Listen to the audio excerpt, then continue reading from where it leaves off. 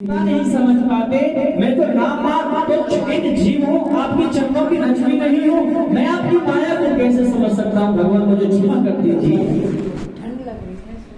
मुझे क्षमा कर दो। अब तो भगवान ने उसको क्षमा कर दिया। उसकी नाव पहले के समान धन से भर दी। अब तो वह खुशी खुशी भगवान के जयकारे लगाते हुए अपने घर के लिए चलती है। अब सज्जनों, पहले क्या होता था कि जब कोई भी पति बड़े दिन बाद अपने नगर में आता था तो उसकी पत्नियां उस नगर के भारी का पूजन करके बड़े अच्छे तरीके से अंदर लाती थी।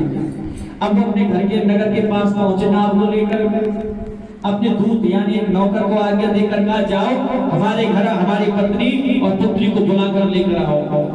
अब तो भैया वो दूत उनकी आज्ञा पाकर उनके घर गया, उसकी पत्नी और पुत्री को प्रणाम किया और कहा, आपके पति और दामाद इस नगर के समीप आ गए हैं और आप दोनों को बुला रहे हैं।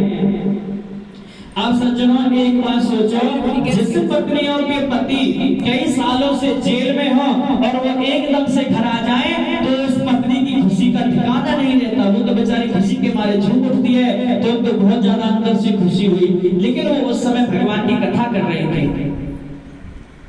तो उस वैश्य की पत्नी ने अपनी बेटी से कहा, मैं पूजन करने जाती हूँ, मैं पूजन करके दोनों को घर ले आऊंगी, लेकिन तू भगवान का पूजन करके प्रसाद ग्रहण करके तभी आना।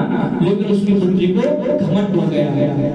कहने लगी, क्या पूजन करना, मैं तो अपने पति के लिए जा रही, दर्शन कर ले जा रही हूँ। भगवान के प्रसाद में ठोकर लग गई, गलती से भाग रही थी तो भगवान रुष्ट हो गए। कहने लगे, जिसके आशीर्वाद से तेरा पति वापस आया और तू उसी का अपमान करती है। तो भगवान ने कहा, इसका घमंड तोड़ना पड़ेगा, इसको लीला दिखानी पड़ेगी। तो भगवान ने उसके पति को नाव सहित पानी में डुबा दिया। अब तो भैया अपने पति को डूबा हुआ देखकर रोने लगी, विलाप करने लगी।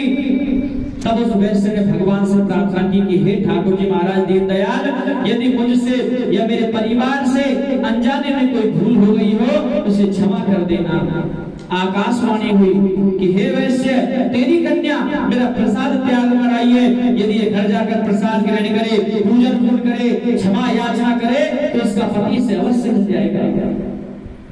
अब तो सभी घर वापस गए, भगवान से क्षमा याचना की, पूजन की, हर पूर्णमासी भगवान का कथा कराने लगे। उसका पति वापस आ गया, वापस मिल गया और सज्जनों, इस लोक का समस्त सुख भोग कर अंत में वे वैकुंठ लोक को चले गए। बोलिए श्री सत्यनारायण भगवान की जय। श्रीमन्नारायण नारायण नारायण भजमन नारायण नारायण नारायण। आइए सज्जनों, मैं आपको अंतिम अध्याय यानी 5वें अध्याय की कथा सुनाता हूँ। उसके बाद सभी हवन के लिए बाहर चलेंगे, फिर आरती करेंगे, भोग लगाएंगे।